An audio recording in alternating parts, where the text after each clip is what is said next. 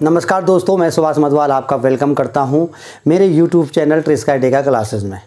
और आज हम कोई मैथ्स या साइंस का टॉपिक नहीं पढ़ने वाले हैं। इस पे आज हम पढ़ने वाले हैं और आज हम जानने वाले हैं कि इंडियन आर्मी में ऑफिसर बनने के लिए एक जवान को क्या क्या करना पड़ता है। बहुत सारे डाउट्स होते हैं मन में लोगों के, बहुत सारे क्वेश्चंस होते हैं। वो बहुत अच्छे पढ़े लिखे हैं लेकिन एज ए जवान और एज ए क्लर्क और एज ए एनसीओ वो इंडियन आर्मी में सर्व कर रहे हैं, एज ए जेशो सर्व कर रहे हैं, लेकिन उनको पता नहीं है कि वो भी इंडियन आर्मी में ऑफिसर बन सकते हैं। अगर उनको पता भी है तो उनको इतनी जानकारी नहीं है कि उनको करना क्या क्या है। अगर किसी को इतनी जानकारी है कि उसको करना क्या क्या है तो हो सकता है कि उन लोगों को प्रोसीजर नहीं पता। प्रोसीजर पता होता है लेकिन इसमें बहुत सारे कन्फ्यूजन्स होते हैं लोगों के मन में कि ये होगा तो ये नहीं होगा, ये होगा तो वो कैसे होगा। मतलब इतने सारे कन्फ्यूजन क्रिएट हो जाते हैं। और जब कोई भी जवान सेना में ऑफिसर बनने की सोचता है तो वो इस समय उसकी विल पावर बहुत ज़्यादा स्ट्रांग होनी चाहिए, क्योंकि वो एक जगह पे पोस्टिंग होता है, वहाँ पे वो अपनी तैयारी करनी शुरू करता है, लेकिन तब तक उसकी दूसरी जगह पोस्टिंग आ जाती है। दूसरी जगह का माहौल जो होता है हो सकता है वो इस तरीके का ना हो, और बहुत लोग अपने सपनों को फिर वहीं पर ख़त्म कर देते हैं और एज ए अदर रैंक में ही वो सर्विस करते रहते हैं। तो मैं आज आपको इसमें बताना चाहता हूं कि कैसे एक इंडियन आर्मी का जवान, या चाहे वो एयरफोर्स का हो या नेवी का हो, वो भी इंडियन आर्मी में ऑफिसर बन सकते हैं। और उनको कैसे बन सकते हैं, उसके लिए क्या क्या क्राइटेरिया चाहिए, बहुत ही इंपॉर्टेंट टॉपिक है। और बहुत सारे मिथ हैं इसमें, लोगों के बहुत सारे डाउट्स हैं कि नहीं ऐसा नहीं होता है। उसमें ACR की एक आर्मी कॉन्फिडेंशियल रिपोर्ट होती है, उसके प्रति लोगों की बहुत सारी मिथ हैं। लोगों की एज रिलैक्सेशन के लेकर बहुत सारी मिथ हैं। एज क्या होती है, क्वालिफिकेशंस क्या होती हैं, रेडिंग इंट्रीज जो एक सोल्जर को या एनसीओज को आर्मी में दी जाती है वो कितनी होनी चाहिए, या होनी चाहिए कि नहीं होनी चाहिए। ऐसे बहुत सारे मिथ हैं और उन मिथ की वजह से बहुत सारी एप्लीकेशंस ख़राब हो जाती हैं। बहुत सारे लोग सपना संजोते हैं कि मैं इंडियन आर्मी में ऑफिसर बनूं। बहुत सारे जवान हैं जो हमारे आज की डेट में जम्मू कश्मीर में या ईस्टर्न एरियाज़ में तैनात हैं, वो ऑफिसर बनना चाहते हैं, लेकिन उनके पास इतना ज्ञान नहीं होता, या उनके पास होता है तो वो नहीं जानते कि उन्होंने सर्विस के दौरान अपने अंदर ऑफिसर लाइक क्वालिटीज़ कैसे डेवलप करनी है कि वो इंडियन आर्मी में ऑफिसर बन सकें। तो दोस्तों, ये वीडियो उन जवानों के लिए, चाहे वो इंडियन आर्मी, नेवी, एयरफोर्स हैं, जो इंडियन आर्मी में ऑफिसर बनना चाहते हैं, उनके लिए है। तो अगर आप इंडियन आर्मी में ऑफिसर बनना चाहते हैं, अगर आप जवान हैं, या अगर आप जवान नहीं हैं, आप सेना में भर्ती होना चाहते हैं, तो मैं आपको बताना चाहता हूं कि सेना में भर्ती होने के बाद एज ए जवान, एज ए एनसीओ, उसके बाद इंडियन आर्मी में ऑफिसर बनना सबसे आसान होता है। आपको NDA CDS की तरह सिविलियन कैंडिडेट से कोई फाइट नहीं होती है। इवन यहाँ पर मेरिट का भी कोई चक्कर नहीं है। सिर्फ एक ही कमीशन ऐसा होता है जो ये मैंने यहाँ पर लिखा हुआ है, इसमें थोड़ा मेरिट के चांसेस होते हैं। SC और ACC की हिस्ट्री में आज तक कभी मेरिट बनी ही नहीं। अब ये SCO क्या है, ACC क्या है, मैं सारी की सारी जानकारी आपको एक तरफ से देने वाला हूँ। सबसे पहले आज का जो टॉपिक मैंने लिखा हुआ है, a soldier how to become an officer, types of commission for a soldier. तो 3 टाइप के कमीशन होते हैं, एक ACC, एक SCO और एक PCSL। सबसे पहले ACC army cadet college. Army cadet college इसकी फुल फॉर्म है, और आर्मी कैडेट कॉलेज से IC कमीशन लेके ही कैडेट कमीशन होते हैं। अब IC कमीशन क्या है वो भी मैं बताऊंगा। यानी जो बाकी सिविलियन, जो सिविल ऑफिसर आते हैं, उनकी तरह ही ACC भी एक कमीशन होता है। अभी मैं आपको बता देता हूँ। सबसे पहले एज, तीनों कमीशंस के बारे में मैंने यहाँ पर लिख दिया है, ACC, SCO and PCSL। ACC army cadet college, SCO special commission officer, PCSL होते हैं परमानेंट कमीशन स्पेशल लिस्ट। ये स्पेशल लिस्ट क्या होती है, इसमें कैसे कमीशन लेते हैं मैं आपको बता देता हूँ। सबसे पहले जब एक जवान भर्ती होके ट्रेनिंग सेंटर्स में जाता है, ट्रेनिंग सेंटर में ट्रेनिंग करके अपनी कंसर्न यूनिट्स में जाता है, जो भी यूनिट्स मिलती हैं वहाँ से वो सीधा अप्लाई कर सकता है ACC के लिए। इसके लिए एज का कोई भी ज़्यादा प्रॉब्लम नहीं है। हर एक को आराम से 3 चांसेस मिलते हैं आराम से 3 चांस अवेल कर सकता है। अगर एक चांस में रिकमेंड हो गया तो बहुत ही अच्छी बात है। तो 20 to 27 ईयर होती है, लेकिन 27 ईयर का मतलब ये नहीं है कि आज 27 ईयर हुए तो तुम आज अप्लाई कर रहे हो। ये होती है ACC विंग में आने की एज, यानी कम से कम 25th लास्ट या 26 स्टार्ट, 26th लास्ट तक आपको अप्लाई कर देना चाहिए। हालांकि इसका प्रोसीजर थोड़ा सा लंबा है क्योंकि इसमें पहले एग्ज़ाम देना होता है। वो कैसे होता है वो भी मैं बता रहा हूँ। उसके बाद इसमें सर्विस कितनी होती है, अगर मैं सर्विस की बात करूँ एक जवान, तो उस जवान की कम से कम 2 ईयर सर्विस होनी चाहिए यूनिट के, मतलब total after enrolment 2 year service होनी चाहिए उसकी, तो वो एप्लीकेबल हो जाता है। इसमें 30 to 35 एज होती है, और 30 to 35 एज में इसमें कम से कम 5 साल नौकरी होनी चाहिए। 5 साल तो आराम से हो जाती है, क्योंकि 30 ईयर्स तो 10 साल से ज़्यादा ही हो जाती है बल्कि, लेकिन 5 ईयर्स का रखा हुआ है।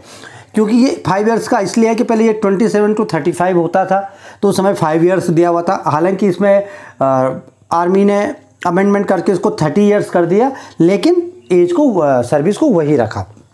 PCSL में एक बड़ा मिथ है लोगों के दिमाग में कि जी 35 से और 42 की एज होती है, और इस चक्कर में कई लोग अप्लाई नहीं करते, और 35 तक वो 5 साल अपने ख़राब कर चुके होते हैं। दोस्तों, लेट मी क्लियर यू कि बिल्कुल भी, जिस आपने पढ़ा होगा नोटिफिकेशन से, मैंने देखा है बहुत जगह की नोटिफिकेशन में ऐसा है कि 35 से 42 होता है। बिल्कुल ऐसा नहीं है, 30 ईयर से ही होता है। कब से होता है? 30 ईयर से ही होता है। मेरे बहुत सारे फ्रेंड्स हैं जिनको मैंने कोचिंग दी है, जो आगे जाके वहाँ पर अप्लाई कर चुके हैं, तो वो 30 से 42 ईयर्स तक, और इसमें लेकिन मिनिमम 10 ईयर सर्विस चाहिए। ये इसका एक अलग से क्राइटेरिया है, ठीक है।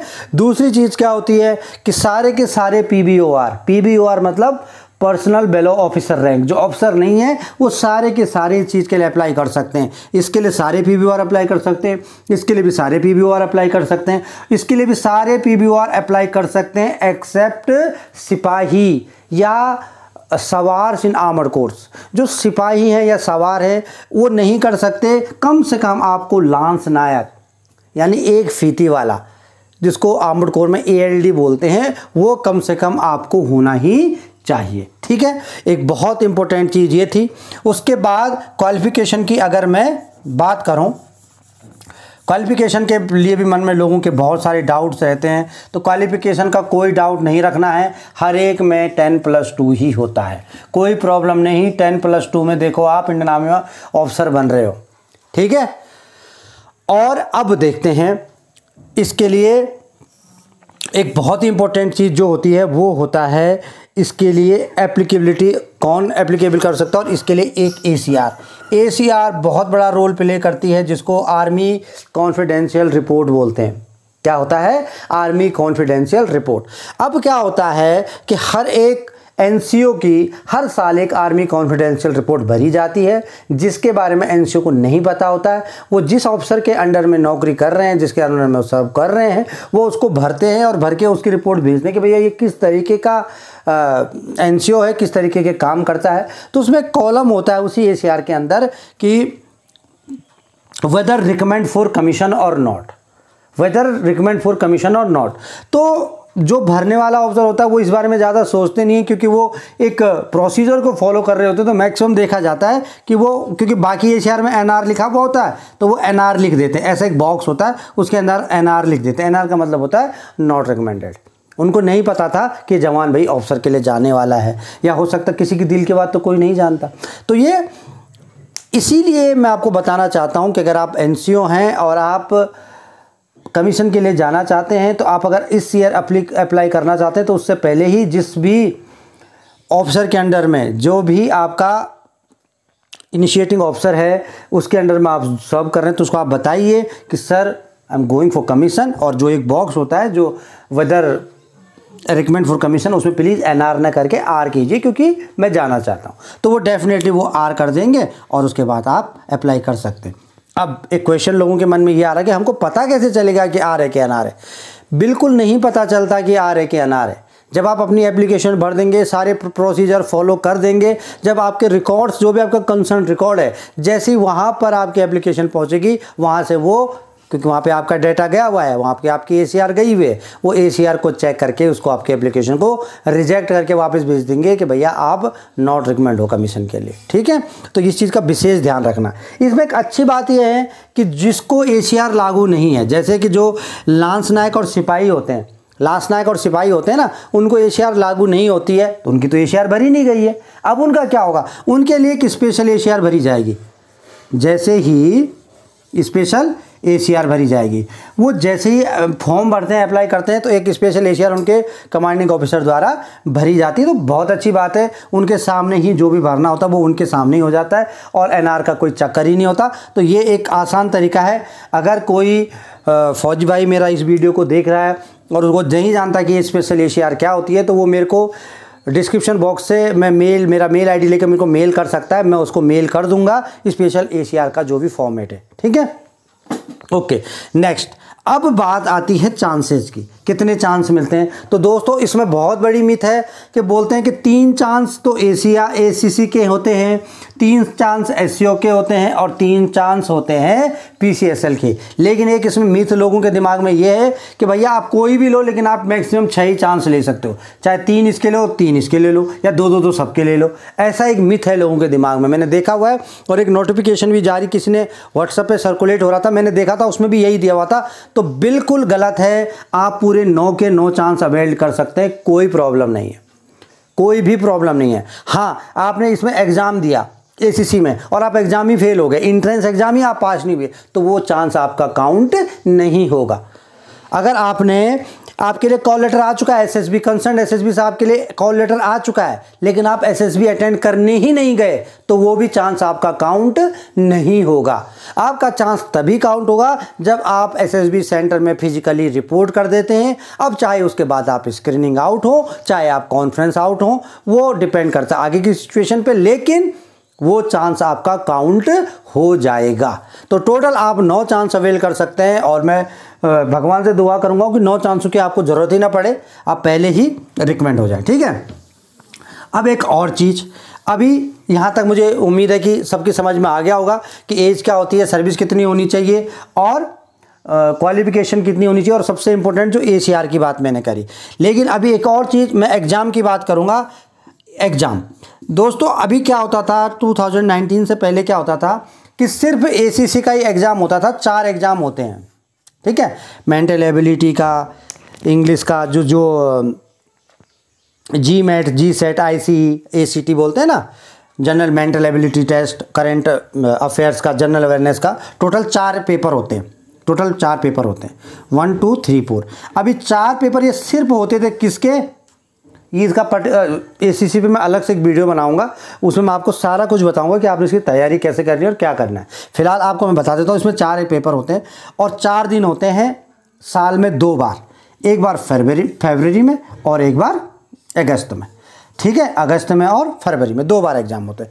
अब क्या होता था 2019 से पहले कि SC और PCSL में आपको कुछ भी नहीं करना होता था, सिर्फ अपनी एप्लीकेशन इनिशिएट करवानी पड़ती थी अपने कमांडिंग ऑफिसर द्वारा। कमांडिंग ऑफिसर के बाद आपके वो जो भी आपका चैनल ऑफ रिपोर्टिंग है उसके थ्रू एक, अगर आपके कमांडिंग ऑफिसर कर्नल रैंक है तो वो मेजर जनरल रैंक के पास तक जाएगी, वहाँ पर आपका इंटरव्यू होगा और आप रिकमेंड हो जाओगे और आपकी एप्लीकेशन कंसर्न रिकॉर्ड में चली जाएगी। सेम PCSL में भी यही है, यही होता है, अभी भी यही होता है कि आपको एप्लीकेशन भरनी है, आपको पूरी एप्लीकेशन, आपका CO और चाहे तो आपका इंटरव्यू लें, अगर आपको पहले से जानते हैं कि भाई किस तरीके का ये NCO है, तो वो बिना किसी चीज़ के आपकी ACR भरेंगे, आपका फॉर्म साइन करेंगे और अपनी चैनल ऑफ रिपोर्टिंग में आपके ब्रिगेड में जो भी आपके ऊपर है फॉर्मेशन उसमें भेज देंगे, वहाँ पर आपका इंटरव्यू होगा। यहाँ पर 1 रैंक एबव होता है, यानी यहाँ पर अगर आपके जो कमांडेंट हैं या कमांडिंग ऑफिसर हैं अगर वो कर्नल रैंक के हैं तो इनका जो फाइनल सिग्नेचर होगा, जो फाइनल रिकमेंडेशन होगी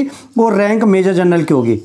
ठीक है, वो मेजर जनरल की होगी क्योंकि एक रैंक का गैप चाहिए बीच में। अगर लेफ्टिनेंट कर्नल ने इनिशिएट कर रखी है आपकी एप्लीकेशन तो कोई बात नहीं, आप फिर ब्रिगेडियर से उस समय इसको फाइनल रिकमेंडेशन कर सकते हैं। लेकिन आप मोस्टली जो COs होते हैं बटालियंस के वो कर्नल होते हैं और कर्नल ने आपकी उसको इनिशिएट किया है तो मेजर जनरल के पास ये फाइनल रिकमेंडेशन के लिए जाएगी।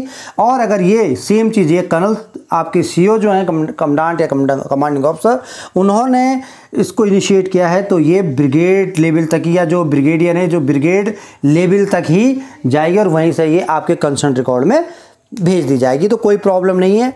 लेकिन अभी एक छोटा सा एक और ऐड किया हुआ है इन दोनों में। लास्ट ईयर से 2018 में ये एग्ज़ाम शुरू हुए थे जिसको बोलते हैं YLC। एक नया सिस्टम शुरू किया है YLC, young leader course. Young leader course में क्या है कि जैसे ये 4 एग्ज़ाम आपने दिए किसके, ACC के, इसके बाद जब इन 4 एग्ज़ाम का रिजल्ट आ जाता है उसके बाद आपको अपनी एप्लीकेशन फॉरवर्ड करनी होती है।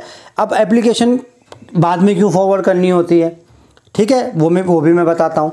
अब जैसे ही ये 4 एग्ज़ाम पास हुए इनके लिए भी, यानी SCO कमीशन के लिए भी और PCSL कमीशन के लिए भी अब जगह कमांड्स या कोर HRDC में एक एग्ज़ाम का प्रबंध किया गया है। वो इसलिए किया गया है क्योंकि मैंने आपको बताया, क्योंकि अब एक नया YLC यंग लीडर कोर्स शुरू हुआ है जो कि young leader wing OTA Chennai में 5 महीने के लिए चलता है। अगर आप उस एग्ज़ाम को देंगे, जो कंसर्न एग्ज़ाम मैंने बताया, एग्ज़ाम अगर आप पास हो जाते हैं तो 100 कैंडिडेट ACC के, 50 कैंडिडेट SCO के और 50 कैंडिडेट PCSL के वहाँ पर यंग लीडर कोर्स करने के लिए जाते हैं। उससे पहले उनको AEC सेंटर पचमढ़ी में पर्सनैलिटी डेवलपमेंट प्रोग्राम के लिए जाना होता है। तो वो एग्ज़ाम आप एप्लीकेशन, जैसे आपने अपनी एप्लीकेशन फॉरवर्ड कर दी SCO की या PCSL की, तो जो मेरिट बनेगी, मेरिट से आपको बुलाया जाएगा कि भैया आप ये एग्ज़ाम देने के लिए जाइए। मेरिट क्या, उसमें सारे के सारे अटैम्प्ट करेंगे, जिसने भी फॉर्म भरा है सारे के सारे एग्ज़ाम दे सकते हैं। हाँ, एक चीज़ और, कोई ज़रूरी नहीं है कि आप वो एग्ज़ाम दो ही। भैया ACC में अगर आपने वो 4 जो मैंने बताए हैं वो पेपर देने ही देने हैं और जब आपने पास होना है तभी आगे की कार्रवाई होगी। लेकिन PCSL और SCO में सब बिल्कुल भी नहीं है। कोई ज़रूरी नहीं है कि आप वो यंग लीडर कोर्स का एग्ज़ाम दो ही दो, जो एंट्रेंस एग्ज़ाम है आप मत दो। अगर आप नहीं देते हो फिर भी SSB में तो आप जाओगे, SSB में तो आप जाओगे। जैसे ही आपकी एप्लीकेशन फॉरवर्ड हो गई तो आपको SSB में तो आपने जाना है। अब अगर आपने YLC का एग्ज़ाम दिया हुआ है, उसमें आप मेरिट में आ जाते हो तो आपको एक और चांस मिलता है 5 महीने तैयारी करने का। तैयारी क्या होती है, पर्सनैलिटी डेवलपमेंट प्रोग्राम चलता है वहाँ पर, और जिसको YLC के नाम से जानते हैं, यंग लीडर कोर्स। अभी मैं बता देता हूँ, थोड़ा सा इसमें कन्फ्यूज हुआ होगा सारे फौजी भाइयों को। क्या कन्फ्यूज होगा कि इसमें मैंने बोला कि एग्ज़ाम देना ज़रूरी है, जबकि इनमें एग्ज़ाम देना ज़रूरी नहीं है। भैया एक एप्लीकेशन फॉरवर्ड करनी होती है।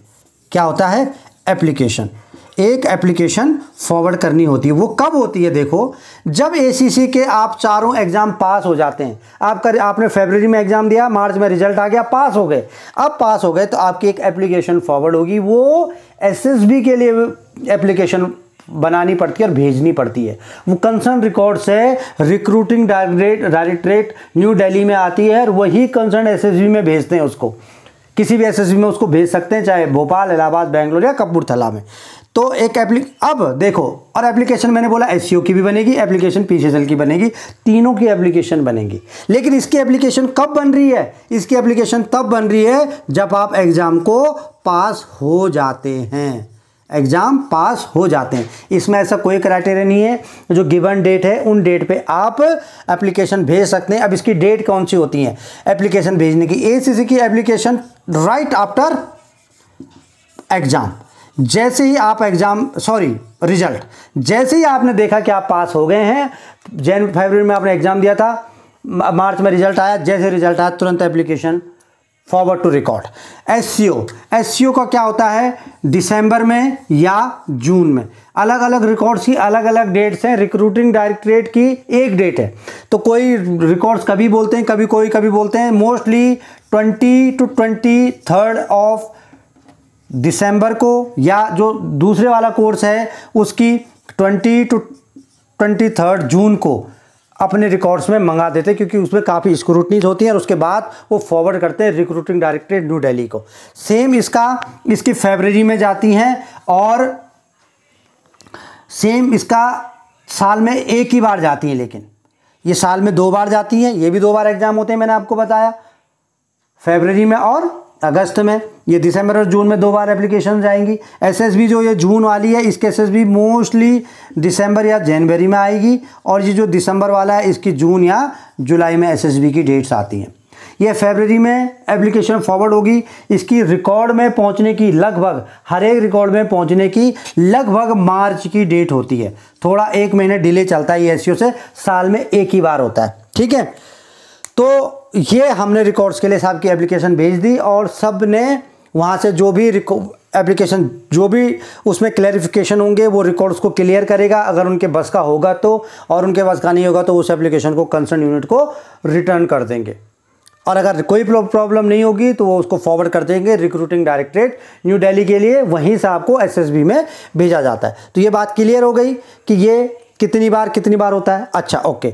अभी नेक्स्ट चीज़ मैं बताना चाहता हूँ, वैकेंसी में लोगों के मन में बड़े सारे डाउट्स होते हैं कि कितनी वैकेंसी होती है, मैं मेरिट में आऊँगा कि नहीं। दोस्तों, 2 कोर्स चलते हैं साल में एसीसी के, जैसे कि मैंने बताया, जो एग्ज़ाम फरवरी में होता है उस, जैसे अगर फरवरी 2018 में एग्ज़ाम हुआ तो नेक्स्ट ईयर जनवरी में वो कोर्स स्टार्ट हो जाएगा आईएमए देहरादून में, एसीसी विंग में। कैसे? एसीसी विंग है आईएमए देहरादून के अंदर, जिसमें 3 साल के लिए ट्रेनिंग करनी होती है। 3 साल में आपको डिग्री दी जाती है ग्रेजुएशन की। अब डिग्री क्यों दी जाती है भाई? आप आईसी कमीशन लेने जा रहे हो, आपने आईसी कमीशन लेना है, लेकिन आप तो ग्रेजुएट हो ही नहीं, आप तो 10+2 थे, आपकी क्वालिफिकेशन तो 10+2 थी। लेकिन फिर एक डाउट मन लोगों के मन में कि नहीं सर, मेरी 10+2 नहीं थी, मैं तो जब जवान भर्ती हुआ था तो मैं तो ग्रेजुएशन करके गया था। चाहे आप कुछ भी करके गए हों, आपने जब एसीसी के लिए अप्लाई किया तो आपने उसको 10+2 के बेस पे ही अप्लाई किया है। चाहे आप बीटेक हो, चाहे आप बीएससी हो, चाहे बीए हो, कुछ भी हो, आप एलिजिबल हो ही नहीं, आपको एसीसी विंग में 3 साल जाना ही पड़ेगा। ठीक है, उसके बाद आईएमए में 1 साल और ट्रेनिंग करनी पड़ेगी। वो उसी का पार्ट है एसीसी, उसी का विंग है, लेकिन 1 साल के लिए फिर रेगुलर कोर्स के साथ जाना पड़ेगा और टोटल 4 साल ट्रेनिंग करनी पड़ेगी। समझ में आया? तो ये हो गई एसीसी की बात।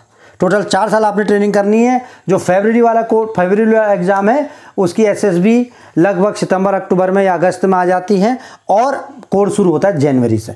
नेक्स्ट जो अगस्त में वो जो एग्ज़ाम होता है उसका रिजल्ट सितंबर में आ जाता है, उसकी एसएसबी लगभग जनवरी फरवरी में होती है, और नेक्स्ट ईयर जुलाई से वो आईएमए एसीसी विंग में शुरू हो जाता है। ठीक है, तो टोटल वैकेंसी होती है एक कोर्स के लिए 100, एक कोर्स के लिए 100।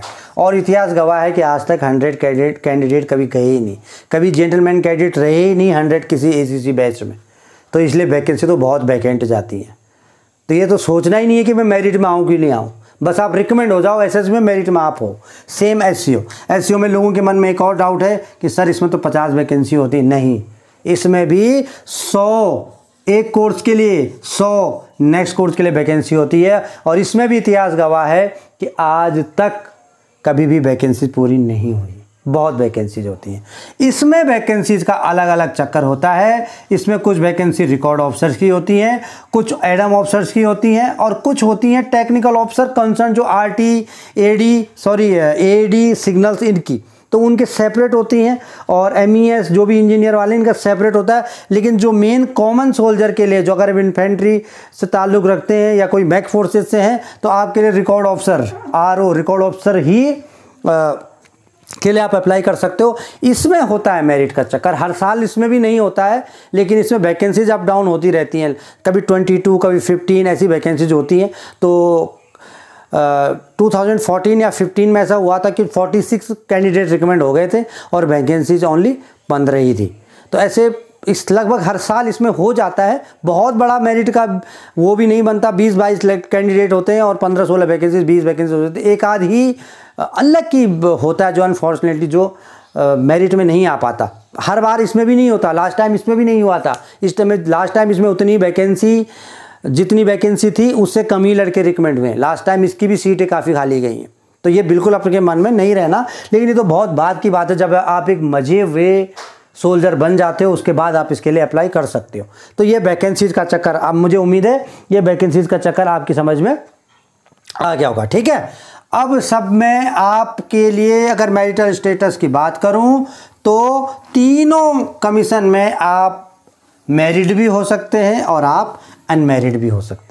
आप मैरिड भी हो सकते हैं, आप अनमैरिड भी हो सकते हैं। मैंने बोला एसीसी की ट्रेनिंग होती है देहरादून के एसीसी विंग में और आपको देहरादून आईएमए में टोटल 4 साल रहना है।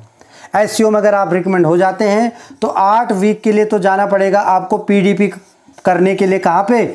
पचमणी में। बहुत ही सुंदर जगह है Pachmarhi, ACC centre and AEC centre and school Pachmarhi, ठीक है। और बाकी 1 ईयर के लिए जाना पड़ेगा आपको ओटीए, कहाँ? गया में, ठीक है। और अगर आप पीसीएसएल में रिकमेंड हो जाते, सबसे अच्छा कमीशन 8 वीक के लिए आपको पीडीपी करनी होगी। कहाँ पर? पचमणी में एससीओ वालों के साथ 8 वीक के लिए, और एक मात्र 4 वीक के लिए आप आईएमए देहरादून में आएंगे और अधिकारी बन जाएंगे। देखो कितनी कम ट्रेनिंग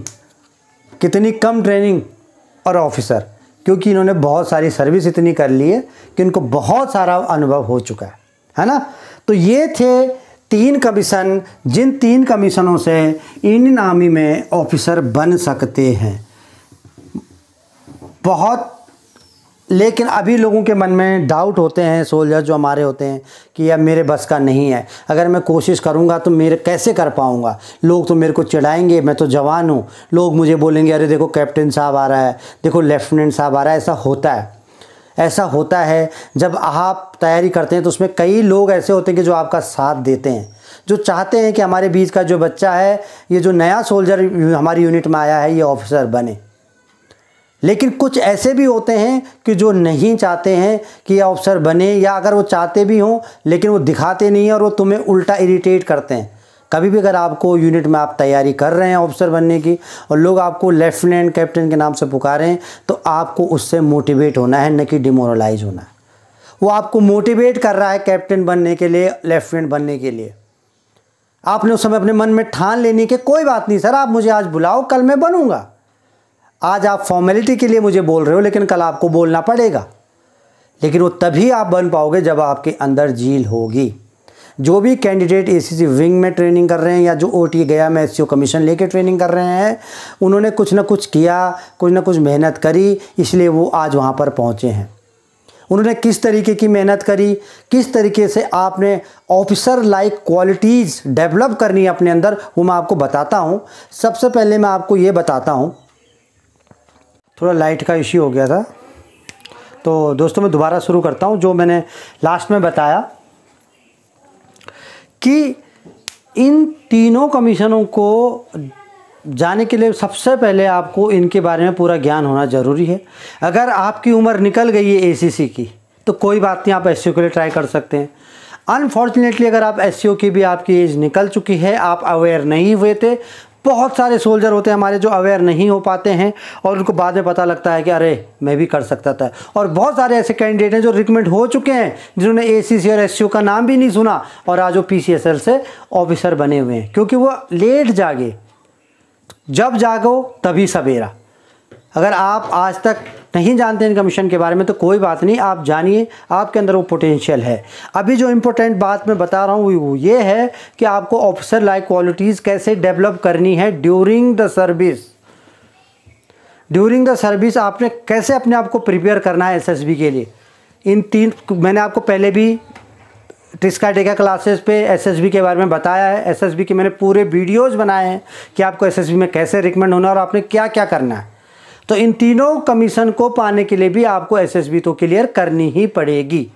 अब एसएसबी के जो भी वीडियोज़ मैंने डाले आप उनको देखो, मैंने जो बताया कैसे स्क्रीनिंग इन होना, इंटरव्यू या जो भी चीज़ें हैं सारी की सारी आप उसमें देखो। इससे मैं आपको सिर्फ ये बताऊंगा कि आप पहले एसीसी में अगर आप तैयारी कर रहे हैं तो एसीसी के लिए आप पहले इंट्रेंस की तैयारी कीजिए।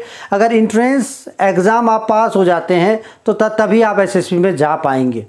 इंट्रेंस एग्ज़ाम पास होने के लिए आपको 10 वीक की आपकी क्लास भी चलती है कंसर्न कोर्स एचआरडीसी में या कमांड की एचआरडीसी में। आपको उस क्लास को भी अटेंड करना है ताकि आपका इंट्रेंस एग्ज़ाम का जो हर्डल है वो बिल्कुल अच्छे रूप से क्लियर हो जाए। सबसे पहले तैयारी कीजिए अपने एंट्रेंस एग्ज़ाम की। एंट्रेंस एग्ज़ाम के लिए आपको एक तो सबसे पहले जो बुक्स नई वाले जो सिलेबस की बुक्स आई हैं आप वो लो। यूट्यूब पे बहुत सारे वीडियोज़ हैं उससे रिगार्डिंग, आप वो भी देख सकते हैं। दूसरी बात, आज से ही आप अपना एक न्यूज़पेपर इंग्लिश का अपने घर पे या अपनी सर्विस पे जहाँ पर हैं आप लेना शुरू कर दीजिए। न सिर्फ वो आपको हेल्प करेगा आपके एंट्रेंस में, बल्कि आपको 101% हेल्प करेगा आपकी एसएसबी में भी, चाहे आप किसी भी एसएसबी के लिए जा रहे हैं। मैंने आपको पहले भी बताया है कि कम्युनिकेशन स्किल बहुत ही इम्पोर्टेंट है। कम्युनिकेशन स्किल के बगैर एसएसबी क्लियर नहीं होती है, और कम्युनिकेशन स्किल सुधारने के लिए आपको इंग्लिश का न्यूज़पेपर पढ़ना ही पड़ेगा थ्रोली। अगर आपकी समझ में आए ना आए कोई बात नहीं है, आप कम से कम अपने लिप्स पे इंग्लिश की टोन को तो लाइए। पढ़ते जाइए पढ़ते जाइए पढ़ते जाइए, एक दिन ऐसा आएगा कि आपको ग्रामेटिकली कम और फ्लुएंटली ज़्यादा इंग्लिश आने लगेगी। इंग्लिश ना आने का सबसे बड़ा कारण ही ये होता है कि जो लोग इंग्लिश बैकग्राउंड से नहीं होते वो इंग्लिश सीखने के लिए ग्रामर के अंदर घुस जाते हैं, और ग्रामर के अंदर घुसने के बाद इंग्लिश आना नामुमकिन है। आप सोचिए, अगर आप उत्तरांचल के हैं, गढ़वाल के हैं, आप राजस्थान के हैं, आप हरियाणा के हैं, आप हिमाचल प्रदेश के हैं, डोगरा हैं, आपको अपनी जो रीजनल लैंग्वेज है, चाहे वो आपकी रीजनल लैंग्वेज आपके गांव की है, चाहे आपकी रीजनल लैंग्वेज हिंदी है, क्या आप उसको अच्छे से नहीं बोल पाते? बोल पाते हैं ना। आप हिंदी को बिल्कुल क्लियर एंड कट बोल पाते हैं। 2 साल का बच्चा हिंदी बिल्कुल साफ शुद्ध बोल पाता है, तो क्या उसने ग्रामर पढ़ी है हिंदी की? क्या उसने व्याकरण पढ़ी है?